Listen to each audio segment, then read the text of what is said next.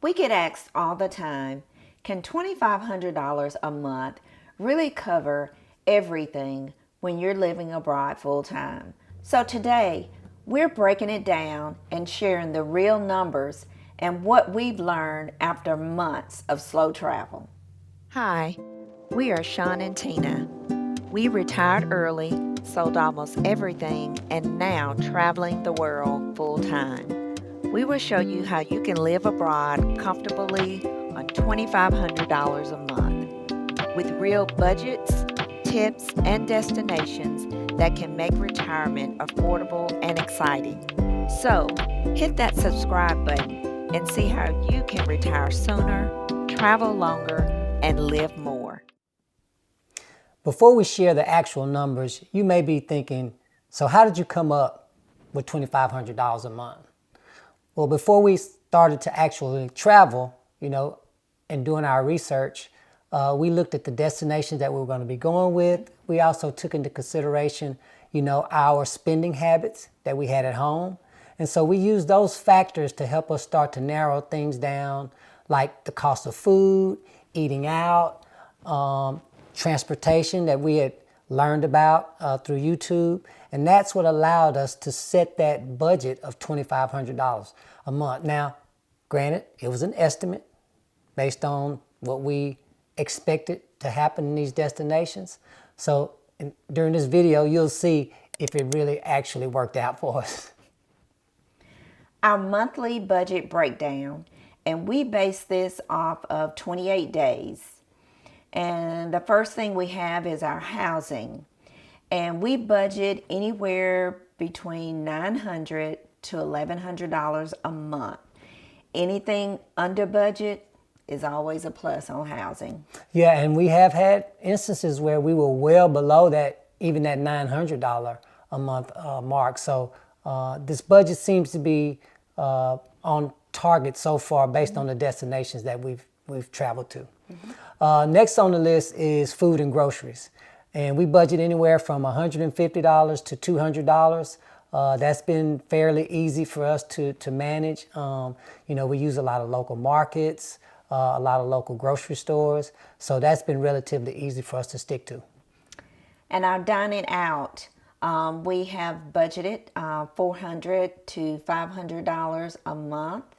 And we've been keeping with that budget pretty well. Yeah.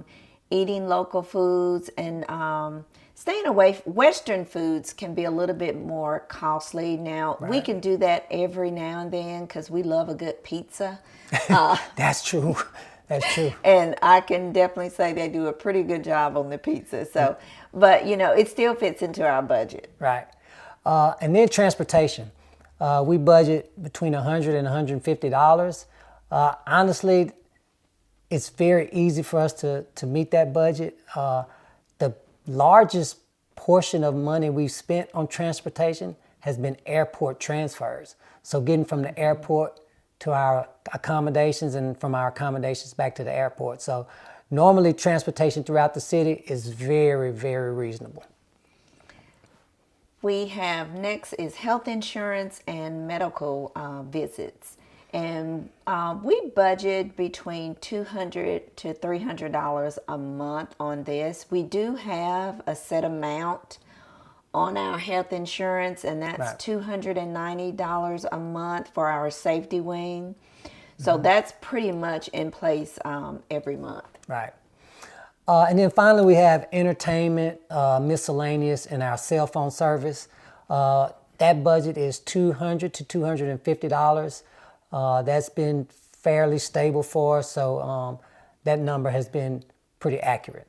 And so in total, what we're looking at is on the low end, $1,950, and then obviously up to our actual budget of $2,500 a month. When it comes to our budget, the biggest variable is going to be accommodations. And we try to offset that by staying a minimum of 28 days, which allows us to unlock the discounts that are associated with staying in Airbnb properties. And we try to track every expense because even the small things add up. the hidden cost that people forget. And the first one we have is visas and renewals. Visas are offered for a certain amount of time, especially in the country that we've been to, which is Vietnam. Yep. And the visa time there is 90 days. So if we were to leave out of Vietnam, we would have to leave out of Vietnam after the 90 days Right. and renew our visa and come back. So you want to make sure that you always include that cost when traveling. Yeah, another hidden cost that people sometimes forget is medical services. Accidents do happen, and in those cases, although healthcare is very reasonable in a lot of these countries, particularly Vietnam, there will be some money that will be spent for emergencies. The next one we have is tech repair. I'll put it under repair because, you have your cell phone, you have your computer, and, anything can happen to those. Like me, I'm always having my phone out, either trying to take a picture or texting or something of that nature, and you drop your phone. So those can be some hidden unexpected costs. Yeah, another one is your travel gear. I know sometimes when we're out in the local markets, we see people buying luggage. And I think, you underestimate how much that luggage gets put through, when you're traveling around the world. So, those could be some costs that you really don't expect to have. And also on that travel gear, we consider our day-to-day attire as our travel gear. And considering that we're traveling as much as we are, those things don't normally last as long as they would if we were just at home, especially with the minimal amount of travel attire that we have. Right. And then also ATM fees. We get asked this a question all the time in the comments, and those are things that you need to account for that you may or may not have budgeted. And one thing we would suggest is to always, if you can, to keep an emergency fund. This will help you to kind of help with the hidden cost that may come up or arrive while you're traveling. Right. So common mistakes that blow the budget. Yeah, first of all, moving around too often. We found that if you get into a habit of moving around frequently, that can cause you to blow your budget because you're going to be incurring costs if you're moving from city to city in short periods of time. Those amounts can stack up. Mm-hmm. And also, if within the city, if you're moving from one Airbnb to another, if you're not staying that 28-day mark, that could drive your costs up on your accommodations. So you want to consider that when you're slow traveling. That's part of the reason people slow travel is because it allows them to reduce the cost and minimize their budget. Not tracking expenses. If you're on a budget, I would recommend you track your expenses because it will then help you keep up with your everyday spending. We use an app called Travel Spend, and I will make sure I link it in this video in our description. But keeping up with those costs, you can't go wrong. You'll know how much you spent every day, and at the end of the month, you will have your full total. Yeah, and that also helps you to budget in the future because you can start to understand what you're spending when you're dining out, what you're spending on groceries. As those months start to stack up, then you can get a better idea of your range of budgets for each of those items. Another item that we found is, taking too many tours. You're slow traveling. You're not on vacation. So, you're spending a lot more time in these destinations. So what we try to do is we try to balance it out between free attractions and paid to make sure we stay within our entertainment budget. And travel mistakes. You're going to have those to come up and pop up every now and then. So I also want to share with you one real life experience that we had. Right. and we had a missed flight. This flight was very unexpected, but life lesson learned here. We originally booked this flight out of the U.S. and booking it out of the U.S., but the flight was not to take effect until we were out of the country. The time is what messed us up, I believe. It was on military time. Yeah, I think we were expecting military time, and it wasn't in military time, I believe. And it was a one o'clock flight. To my knowledge, I took it as 1 p.m. flight, but it was a 1 a.m. flight. Right. This was a big cost that most people would probably say it put us over budget. It was $748, and boy, was I pissed.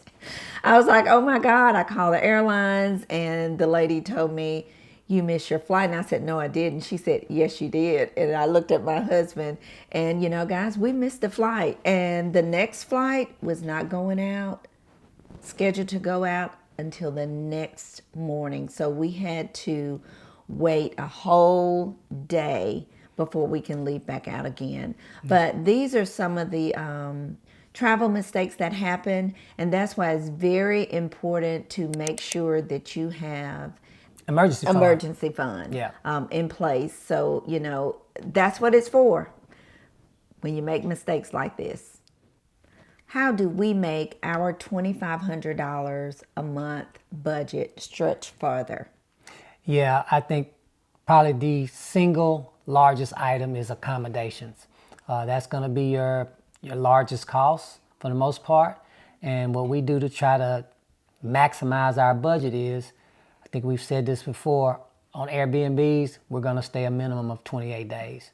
That's going to give us the discounts that come with extended stays. And that's probably easily the single largest thing that we do to maximize our budget. And also, I can add on to that, just researching accommodations, just taking the time out to do that can also help lower your costs, not rushing into booking the first thing that you see. Just doing a little bit more research, and as we mentioned before, putting your feet on the ground in the area where you're going, staying at a hotel maybe a couple nights, and going out and looking. Usually when you go to individual accommodations, you can tend to get that at a lower cost too. So guys, don't rush it when it comes to finding your accommodations. The next thing we have is we cook some of our meals at home, and that would consist of our morning breakfast and a light lunch. This will help us to stretch our budget as well. Yeah, generally speaking, I think we only try to eat out once a day. That's kind of our rule of thumb when it comes to eating out. We also use travel reward points to book flights or hotels. That is a big cost savings. As you know, you can accumulate your hotel points by your spending. This spending could have been done while you were still working your 9-to-5 job. So that's a plus there. You were spending the money anyway. Now you get the opportunity to use those points. And on flights, most major credit cards, if you have one with rewards, it will allow you to transfer your points over to an airline. Right. And then finally, taking advantage of local markets. A lot of these destinations, they have local markets in the neighborhoods. They're going to have fresh fruits, fresh vegetables, and we take advantage of that, and that allows us to reduce our food costs, for those small lunches and breakfasts that we're having in our rooms. Based on our experience, yes, $2,500 a month can absolutely last, but only if you slow down and budget smarter and stay flexible. We'd like to get your comments on where you think $2,500 a month would go the farthest. Is it Southeast Asia? Is it South America? Or maybe even Europe? Leave us a comment and let us know your thoughts. And it's not about how much you spend. It's about the freedom and the quality of life. If you found this video helpful, please like and subscribe to our channel so you'll be notified the next time we upload videos about our travel journey. Thanks for watching. Thank you.